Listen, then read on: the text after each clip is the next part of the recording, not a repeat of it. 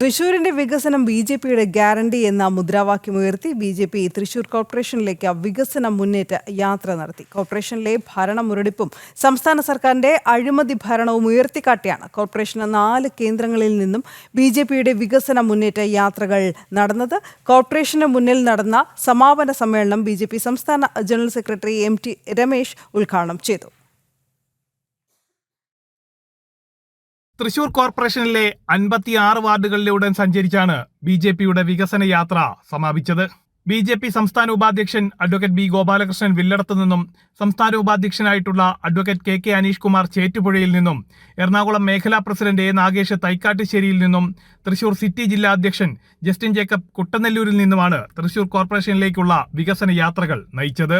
തുടർന്ന് സ്വരാജ് റൗണ്ടിൽ സംഗമിച്ച യാത്രകൾ കോർപ്പറേഷൻ ഓഫീസിന് മുന്നിൽ സമാപിച്ചു.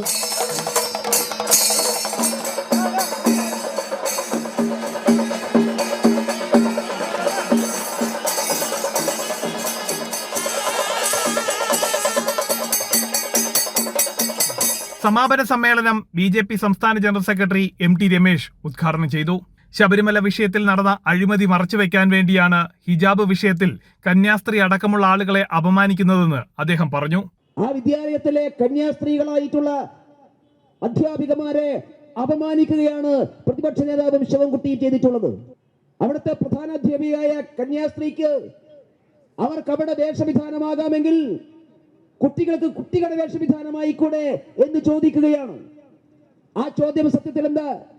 കന്യാസ്ത്രീകളുടെ വേഷം എന്നുള്ളത് അവിടെ മതപരമായിട്ടുള്ള വേഷമാണ്. അത് ഈ ലോകത്തെല്ലായിടത്തും ഒരേപോലെ വേഷമാണ്.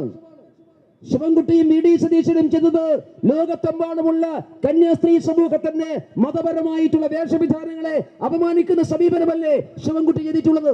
ഇപ്പൊ ഈ വിവാദം ഉണ്ടാക്കുന്നതിന് മറ്റൊരു കാരണം കൂടിയുണ്ട്.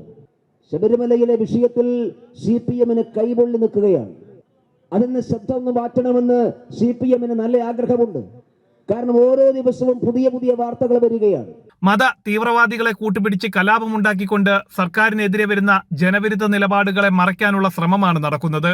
ബി.ജെ.പി വികസനം എന്ന മുദ്രാവാക്യം മുന്നോട്ട് വയ്ക്കുമ്പോൾ ഇടത് വലതുപക്ഷങ്ങൾ കലാപമുണ്ടാക്കാനാണ് ശ്രമിക്കുന്നതെന്നും അദ്ദേഹം കൂട്ടിച്ചേർത്തു. ജനം, തൃശൂർ.